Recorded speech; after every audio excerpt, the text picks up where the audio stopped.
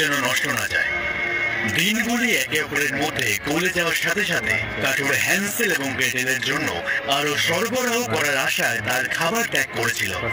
কিন্তু সময়ের সাথে সাথে এই প্রেমের কাজটি আরো শক্তি নিঃশেষ করে দেয় এক বিভীষিকাময় সন্ধ্যায়। আমি ক্লান্ত, প্লিজ আমার ভাতটা তুমি খেয়ে নাও। এটা কোনো মতেই চলবে না। তাহলে তোমার পরামর্শ কি? আমাদের দুর্ভাগ্য এত তাড়াতাড়ি শেষ হবে না।